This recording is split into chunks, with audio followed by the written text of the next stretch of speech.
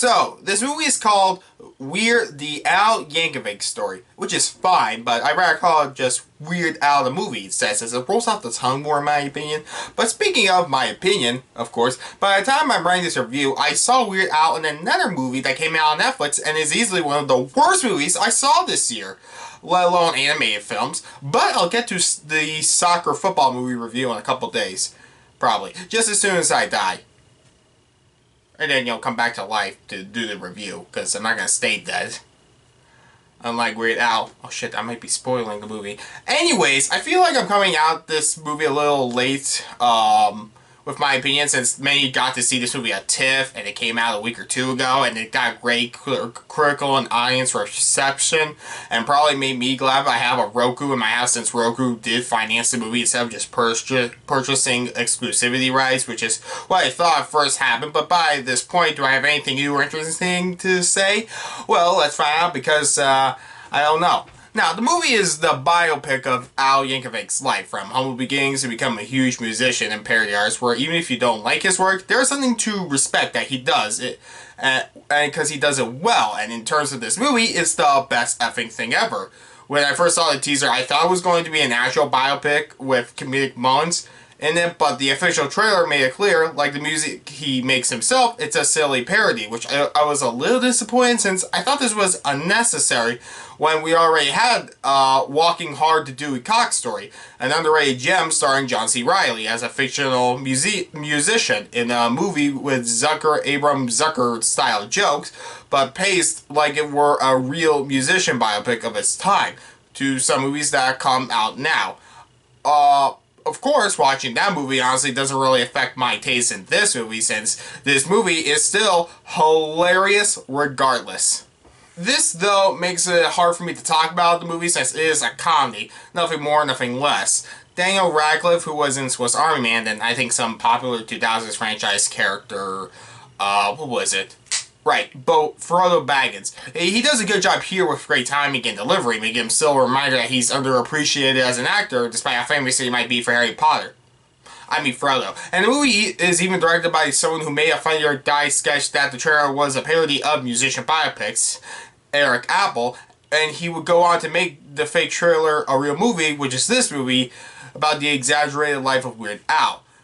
So, congratulations for the thing you got to make a decade ago. So, stuff does happen in the movie, like his father being constantly disappointing in him, wanting him to work at the factory, which was easily my favorite running joke. Maybe my favorite joke, since Al keeps asking his dad what his dad actually does at the factory, and is given no answer. So instead of working at the factory, he comes to the conclusion when he moves out, he can make parody songs of famous songs of the time by replacing the lyrics with food. And minutes after recording My Bologna in the public bathroom, he becomes a hit, and Madonna becomes his boyfriend. She's played in this movie by Evan Rachel Wood, who I loved in Kajillionaire, and she's also great here. And sure, the portrayal of Madonna is meant to be comedic, but I truly want to know what Madonna in real life thinks about this, because the way they portray her, especially by the end of the movie, like what they do with her by the end of the movie, is so, what's the right word to phrase it? Interesting. I really want to know if she approves of this. Like, would she actually say, Evan Rachel Wood could actually play me in my own biopic?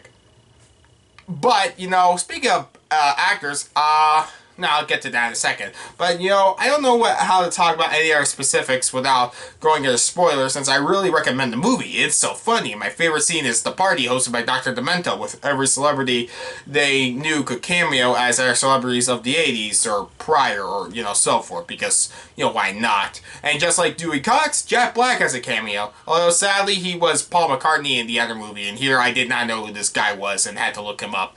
Now, what the other movie does have, though, that takes this movie look a little lesser, no, it is a little lesser in comparison, is one thing, the pacing. For the first half, it's just non-stop laughter. Then by the time Madonna shows up, it slows down, which wouldn't be a problem, but while Dewey Cox was paced like a real biopic, where it was balancing tone and humor, like, it was played throughout like it could be a real dramatic story, just it was a comedic. This one is a comedy so far just for the beginning, and then tries to be both dramatic and comedic, which obviously is meant to be a comedy. Like, you're not going to get teary-eyed, but you know what I mean. In terms of pacing, it's a little, I don't know, I want to say a complete tone shift, but it definitely feels the pacing is a little off there. But that's like a small thing because it is still hilarious.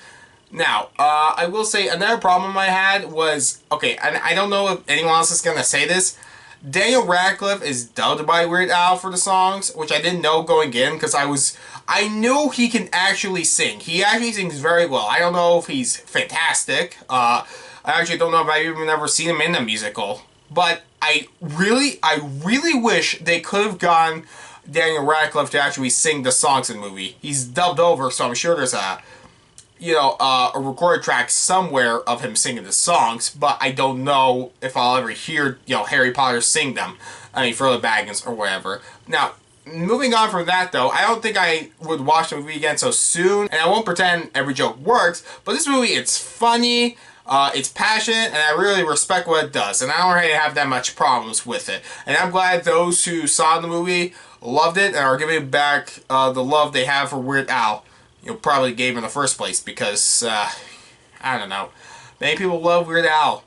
Although I do have some problems with him because he was in the soccer football movie. Just wait till that review. That movie sucks. This movie, though, it was great. I give Weird, the Al Yankovic Story, an 8 out of 10.